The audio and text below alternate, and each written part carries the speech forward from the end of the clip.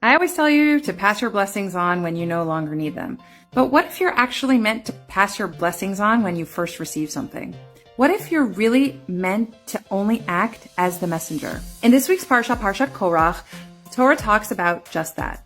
While the story of Korach itself is absolutely fascinating, it's not exactly what I want to talk about today, but it kind of is. Korach is convinced that he is meant to lead the Jewish people and rallies a group to his cause because he believes that he's the firstborn and he should be entitled to lead the nation or at least be a priest. Right after the story of Korach, God tells the Jewish people that which he gives to us, we are meant to give a portion to the Leviim and the Kohanim, and the Levi has to also pass on part of his portion to the Kohen.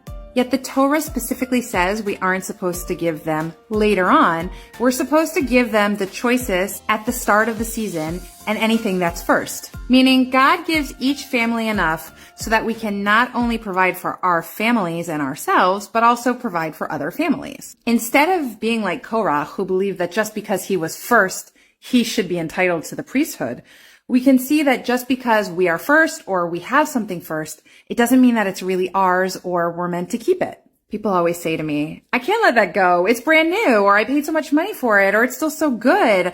I may use it.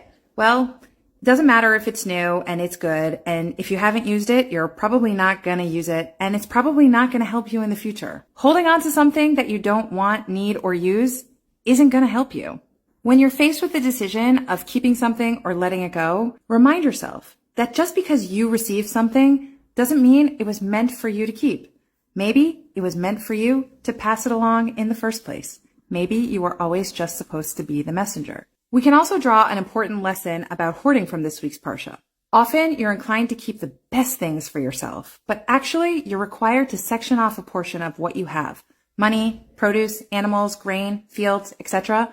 for other people. The Torah is showing you have a moral obligation to care for others. Part of the point of the story of Korach and the part of giving gifts to the tribe of Levi shows us we can't only be for ourselves.